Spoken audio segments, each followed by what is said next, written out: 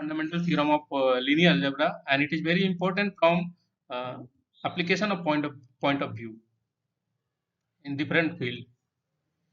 So today I will talk about fundamental theorem of linear algebra, and if time permit, then I will go to discuss about linear space. So outline of my today's lectures are the following. First, I would like to give a recap of four fundamental subspaces of a matrix, because fundamental theorem, it is based on four fundamental subspecies. Then I will go to discuss about three different part of fundamental theorems. Part one, part two. Part one we had already seen that we are calling it Sylvester law. Part two we will see that also that we had already seen that part two is talking about that column space of a matrix, that means image of a matrix. Column space, simply it means that uh, linear combination of column of the given matrix, it is always perpendicular to null space of A transpose. And it is talking one more relation, that one is this perpendicular things is coming here in target space, and it is talking one more relation. This is first, second relation. In part 2 we will discuss about that row space of A is nothing, just it is column space of A transpose. So either you call it column space of A transpose or row space of A. So row space of A, it would be in the domain of A, and it would be perpendicular to null space of A. So these two are talking about part two of fundamental theorem, and part third is little bit different. It is talking about perpendicular basis. Like in R2, there are several bases. If you take any two linearly independent vector, then that will form a basis. But we know that what is the spatial basis? A spatial basis are those which are perpendicular to each other. So if you are taking in basis of R2, 1 0, and another vector you are taking 0 1, then these two vector is forming a basis of R2. These two are very special. Why? These two are perpendicular to each other, also these two are unit. So in together we are calling it 1 0 and 0 1 are orthonormal vectors.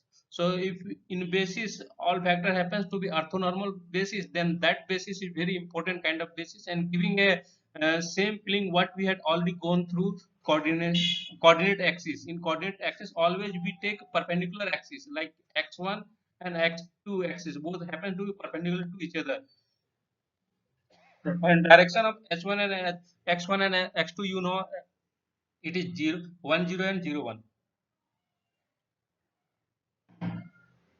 That's way. And similarly we can define another basis in R2 as a perpendicular, that if you take axis along x2 equal to x1, that means in the direction of 1 1. So you can take this one as axis. So suppose you have rotated every point by 45 degree, then you are getting your x1 axis is coming like this way. It is having angle with 45 degree, original horizontal axis with 45 degree, and also x2 it will be rotated by 45 degree, then x2 will come here. Is not your new x2, and just call it not x2 and x1 dash and x2 dash. This one is x2 dash. So again you can observe that x1 dash and x2 dash both are perpendicular to each other. And what is the direction of x1 dash? Direction of x1 dash is 1 1. Similarly, what is the direction of x2 dash? Direction of x2 dash is minus 1 1. So again you can observe that the angle between x1 dash and x2 dash is 90 degree. So those kind of things we will discuss in part 3 when we will cover orthogonality, how to come with those kind of orthogonal set of basis element. Okay, then we will discuss about linear space. Another name of linear space is a vector space, because element of linear space happens to be vector in nature, so that's why we are calling it vector space. So we are going to recap of four fundamental subspaces.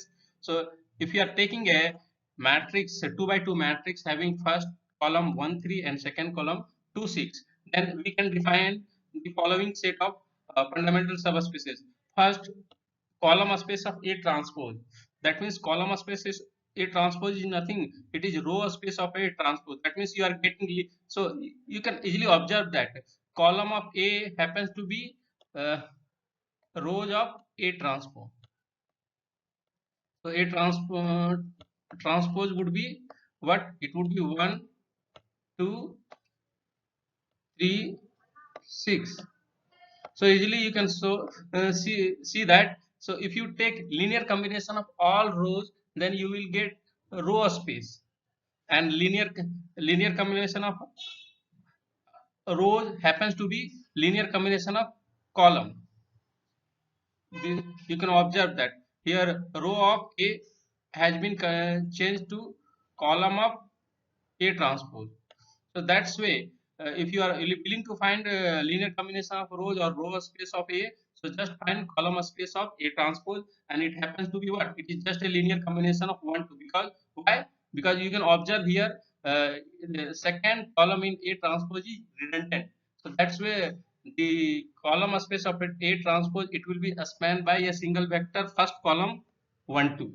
So we got the row space, and it is a single line. It will define a single line geometrically. Similarly, you can find column space of A. So what this one is the column, first column, this one is the second column, and what we observe, second column is uh, just twice of first column. So that's why second column of A is redundant. So we will just remove in order to span column space of A. So we are getting that it is talking about column space of A is nothing, just it is a line with direction 1 3. Similarly, we can see that null space, if we are willing to find null space of A, so that means we null space is, we say that element of null space is nullified under the operation of A. What does it means? That means take any element from the null space, so, and multiply with the matrix, then the output would be 0. Easily you can see it here. If you multiply the matrix having row column 1 3, first row, column 1 3, second column 2 6, and if you multiply any element from null space of A, what would happen? So take simplest one, 2 minus 1, and the resultant would be, definitely it would be 0. Why? Because 2 minus 1 is coming from the null space of this matrix A. So if you multiply, it would be 1 times 2 is 2, and 2 times minus 1 is minus 2. That means 2 minus 2 is 0. Similarly, if you multiply 3 times 6 is what? 3 times 2 is 6, and 6 times minus 1 is minus 6. So you are getting 6 minus 6. So if you uh, calculate further, then it will come like 0. It is just 0 0 vector, 0 vector. So you have already seen that uh, we had taken element 2 minus 1 from the null space of A, and we operated A matrix over this element, then it just mapped to 0. Similarly, if you take another element from the same space, that definitely will be multiple of 2 minus 1. So you can check it variety of element from the null space and apply matrix over that element from null space. Suppose you take twice of this, twice multiple of this basis vector. So what would be twice of this one? Would be 4 minus 2. Further, if you calculate this one, it is very much guaranteed that resultant would be 0 0 0. You can check for various multiple of 2 minus 1 and apply matrix over that. Every multiple of 2 minus 1, it will map to 0. So that's why this linear combination of this vector, it is forming a null space of A. Similarly, null space of A transpose you can find because you are having this A transpose as well. So null space of A transpose, it is nothing, it is just a linear combination of 3 minus 1 vector 3 minus 1. So again it is a line. Geometry of this one I had already discussed here. Geometry is that this is the null space of this matrix A. This is the null space. That means a line passing through origin with direction 2 minus 1, and this is the row space or column space of A transpose with direction of 1 2 and passing through origin. So you can see here null space and row space both are coming in the domain of A. So we will talk about summation or any kind of association between null space of A and uh, row space of A. So it is coming in domain. If you are coming in target space, again you can observe say similar kind of thing, that this line with direction 1 3 represent column space of A and passing through origin, and this line with direction 3 minus 1 represent left null space or null space of A transpose with direction 3 minus 1 passing through origin. So you got the complete picture of all four fundamental subspaces of a matrix. Now we are going to next part of this lecture, that we will discuss about four fundamental theorems of a linear algebra. So what is that? So again recall fundamental subspaces. So for further generalization we are considering here, always try to look fundamental theorem in RREF, row reduced echelon form of a given matrix. So we are taking a matrix which is already in RREF, row reduced echelon form, 3 by 4 matrix. This is the matrix whose first column is the pivot column, second column is also pivot column, and third column and fourth column both are redundant column. These are non-pivot column or redundant column, simply you can see that. So here what we observe, so there would be two scenario. In first scenario what we observe, the column space of A, that means column space of A, it will be just which column will construct column space of A, just first column call it V1 and second column, third and fourth column are what, these would not come in the column space of A. Why? Because these are redundant. These, these B3 and B4 will not come in the basis of column space of okay. Simply, so it is already clear. So B1 and B2 are non-redundant column easily from the RREF form you can visualize. Similarly, you can find null space of A transpose.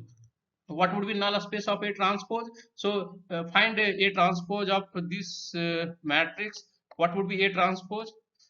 So row of A becomes column of A transpose, so it becomes 4 by 3 matrix. So 1 0 2 3. Second column becomes 0 1 4 5, and the last column of A transpose, it would be 0 0 0 0. So what you observe, so you can make all these 0 as well. There is no further apply row reduced echelon form over A transpose as well. So definitely you will, from the picture it is very much clear that your first column of A transpose and second column of A transpose both are pivot column. That means non-redundant column, and second last column, this is a 0 0 0 0. That means it is redundant column. So in order to find null space of A transpose, null space is always associated with free vector. So what is the free vector here? So free vector, or sorry, free variable is associated with x3. So x3 is the free variable only, and x1 and x2 are dependent variable. So here null space it will come against only this third column of A transpose. So that's why that is the idea. So here what is the basis element of column space of A? So basis element, from here you can observe that pivot element are spanning column space. So basis vector of column space would be 1 0 0 and 0 1 0. And what is the basis element of and null space of A transpose? It would be 0 0 1, because x3 is free variable, so x3 can take free value, but x2 and x1 both are dependent. And if you simplify through simplification, easily you will come to know x1 is 0 and x2 is also 0, both become 0. That's way the basis element of your null space of A transpose, it is nothing, just it is a vector 0 0 1. So you got it. So here I will take one more scenario. In scenario 2, what observe that after transposing the matrix, what further we will observe that the first two row of A are a basis of row space. If you take first two row, so first two row becomes column of A transpose. So these are the basis of row space of A. That means column space of A transpose, and they tells us a basis for the null space of A also. So what we observe that from here, so you can observe that here 1 0 2 3 and 0 1 4 5, these two are basis element of column space of A transpose, and similarly -2 4 1 0 -3 5 0 1, these are the basis element of null space of A. Remember that I am talking about null space of A, because here in A you observe that two are pivot column, so those pivot column will give basis of A, null column space of A, and you are having two non-redundant column, so those will go, those will assign or give idea of null basis of null space of A. So that's way. Now, if further if you observe that, so that observation it says that this one is perpendicular to this, and this vector is also, so both basis element of null space of A happens to be perpendicular to basis element of column space of A transpose. Similarly, also we observe here, this one is very nice scenario, that here basis element of null space of A transpose happens to be perpendicular to basis element of every basis element of the column space of A. So there is fine, no issue. And among themselves, you can observe that basis element of column space happens to be perpendicular to each other. So this one is a very nice scenario. We observe perpendicular, but if we come to here, what we observe here, each basis element of null space of A happens to be perpendicular to each basis element of the column space of A transpose. But what among them, if you observe among them, if you find dot product of basis element of null space, so what is the dot product of this one? So among them, these are not perpendicular. You can observe that here if you take dot product of these two, so what would be dot product? It would be 6 -3 times minus 3 times -2, it would be 6, plus -4 times -5, it would be 20, and 0 1 times 0 is 0, and 0 times 1 is 0, so that means total 0. Finally you are getting 26. So due to why dot product is not 0, so you can simply say that basis element of null space of A are not orthogonal to each other, but they are orthogonal to basis element of null space of uh, column space of A trans, or column space of A transpose. So here orthogonal, if you find dot product of these two, or inner product of these two, what would be 0 times -2 is 0, and then 1 time -4 is -4, then 4 times 1 is +4, then 5 times 0 is 0, so -4 you are adding with 4, so resultant is 0. So easily you can see that these two are product of these two, dot product of uh, these two vector 0. Similarly, you can observe the dot product of 1 0 2 3 with -3 5 -3 -5 0 1, it would be again 0. It is very much guaranteed that it is again 0. So two scenario from four fundamental subspace we observe. So with respect to this scenario, we will define now different part of fundamental theorem. So in the last case, in case 2, we had already seen that the last two vector which are happens to be basis element of null space are orthogonal to the first two. Those happens to be basis element of column space of A transpose. So, but they are not orthogonal. The last two vector, that means basis element of null space of A transpose, basis element of null space of A happens to be not orthogonal to each other. Why? Because dot product is not zero. So elimination is not enough to give part one. Uh, it is elimination method, that Gaussian elimination method. It is just enough to talk about part one and part two of fundamental theorem. What is the part one? Part one, it is saying that in simple, I would like to say that all these calculation you know from the dimension segment, this norm.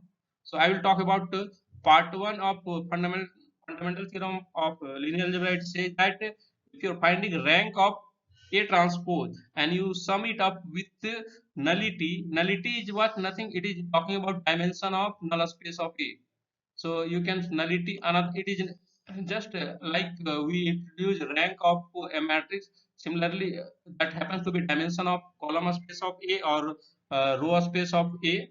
So in the similar fashion, nullity is dimension of null space of A, and it is a very a standard word, null space of A, dimension of null space of A. If you sum rank with nullity, then it will nullity of A. It will give what? It will give dimension of the domain of space. If you sum rank, your rank here, you remember the rank of A and A transpose both are invariant. So rank of a matrix and corresponding transform matrix, or if you transpose that, both will have the same rank. And if you sum rank with nullity of A transpose, then it will give dimension of target space. So this law we are calling it Sylvester law, that we had already discussed in last class. It is defining, it is giving. So this law we are Sylvester law. You can say that it is part one of the fundamental theorem, and that counting of basis vector is obvious from the row reduced echelon form of the matrix. The matrix has R non-zero rows, so that defined row space dimension. In the matrix in row reduced form, you can observe that you are having two non-zero row and last row was zero. Last row was zero. So that's way the dimension of it was defining dimension of row space of A. And similarly, the matrix had two pivot column, 1 0 0 and 0 1 0, and the last two columns were non-redundant. So that's why the first two column defines dimension of the column space of matrix. So there are, if r number of pivot columns, so you will get dimension of the column space of A would be r. That means rank would be r. So we can observe that row dimension and column dimension, that means dimension of row space and dimension of column space of a matrix, both happens to be equal, same. It is already clear in last class. I have already told about why it is equal. So what we do, so here every elementary row operation confirm that further also from row reduced echelon form, you can see that every elementary row operation confirm that linear depend independence and dimension, these two are always invariant irrespective of how many elementary row you will apply. Linear independence and dimension, it is not going to change. It will be always invariant. It won't change linear independence and dimension. That is the invariant property. Now what does part 2 say? Part 2 of fundamental theorem, it says that row space, so remember that row space of matrix, it is coming as a subspace of domain space. It is coming in domain space Rn. And also row space means column space of A transpose, because we are very good in finding column linear combination of vectors. So that's why row space is nothing, just it is a column space of A transpose.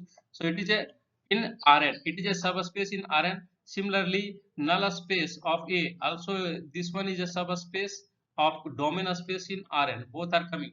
And what is the relation between these two? These two are perpendicular to each other. So that's where that defines part 2 of fundamental theorem. So here column space of A transpose, that means row space of A transpose, and null space of A, both happens to be perpendicular to each other. So the orthogonality comes directly from this system of equation Ax equal to 0. How we can visualize that each x in the null space is orthogonal to each row. So how? So we can observe that we are writing Ax equal to 0. So what does that means? First row, second row, and that means row visualization of this system of equation. So here you can easily observe that this row, if you take dot product with this variable vector x, that means x is when you apply x a over x, you are getting 0. It say that x is the pre-image of 0. That means x is in the null space of A. So if you can observe that, so x and row both must be of the same dimension, then you can talk about dot product or inner product. So that's way row and row of the matrix and the base null vector, you can simply also call it null vector, both are having the same direction. So if you multiply it, it will be equal to 0. So x is, so you can say that x is orthogonal to row 1. Similarly, x is orthogonal to mth row. So it is talking about orthogonality of null vector with row of A. So this is the scenario, same scenario, same this concept you are talking in more descriptive way. Further, what you observe, the dimension of row space of A and column space of A, if you add these, you will add to n, because both are in the domain, and you add the dimension, the total dimension would be n. It also due to perpendicular nature and this Sylvester, this one is the Sylvester law. You can claim that if you are taking any vector from the domain Rn, then you can decompose that vector into two forms. One form, one part would be x row. It will come, it will be in x row space of A, and another part would be in null space of A. So what is the relation between x row and x null? Both happens to be perpendicular to each other. And if you recall your linear transformation as a projection, then x row part is what? It is nothing, just another way to talk about the projection part of x. When you are projecting, and then x bar which is coming in null space, it is nothing, it is just a perpendicular part of this one. So you had x like this way, so you have decomposed like in this way. So this one was the x vector, so you decompose it into two parts. So this horizontal part of parallel part, this is the horizontal, it is coming from the uh, row space of A, that means column space of A transpose. And what is this perpendicular part, x part?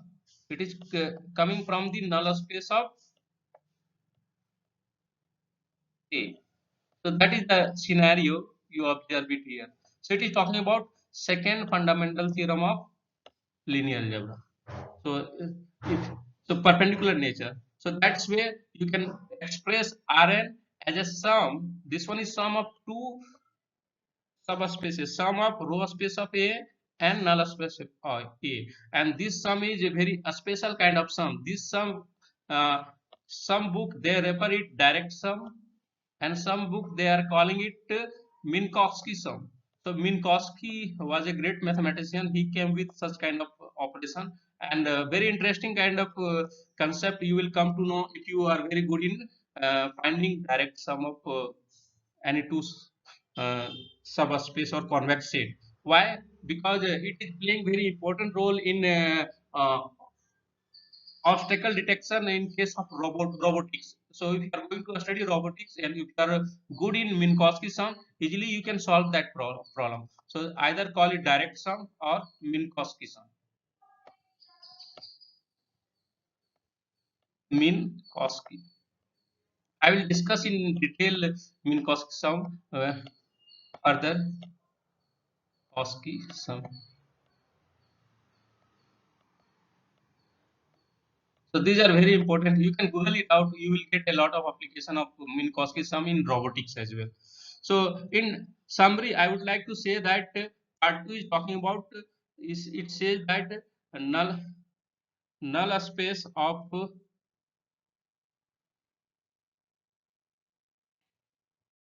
So that I'm going to geometry here. In geometry, I can say that. So you can say that null space of A is directly perpendicular to column space of A transpose. That means row space of A and null space of A transpose.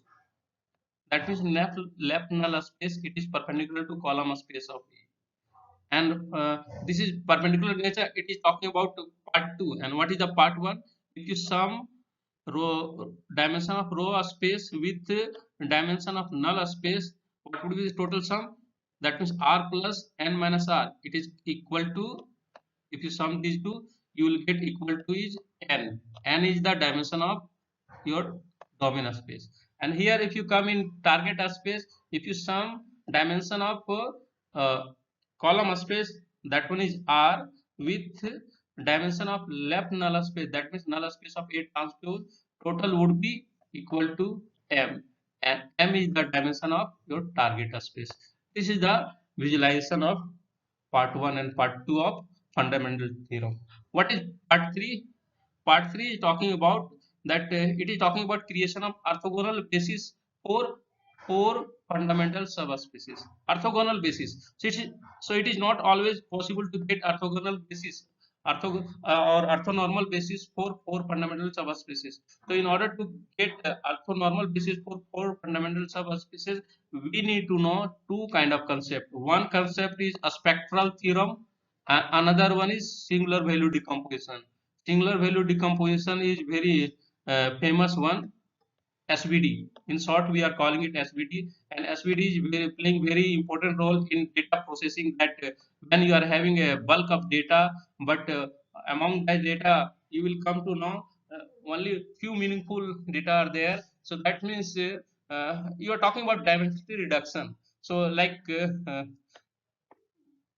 your data, you are having two data like this way, this kind of, you are having data, this picture, so 2D data, that means height and weight, you have collected height and weight and plotted it, you did a scattering plot, so this is the scattering plot of data. But if you try to visualize through SVD, you will come across that this data is nothing, this data is just one dimensional data.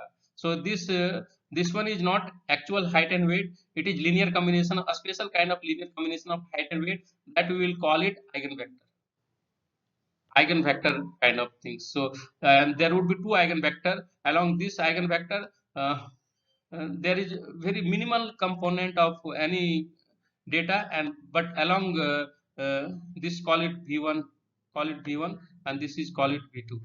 So here meaningful eigen direction is v1. So that's where you, this data becomes just one dimensional kind of things, and it is just you are calling it a dimensionality reduction kind of concept. Okay, if you are having any question, it's fine. Otherwise, I'm going to wind up today's class.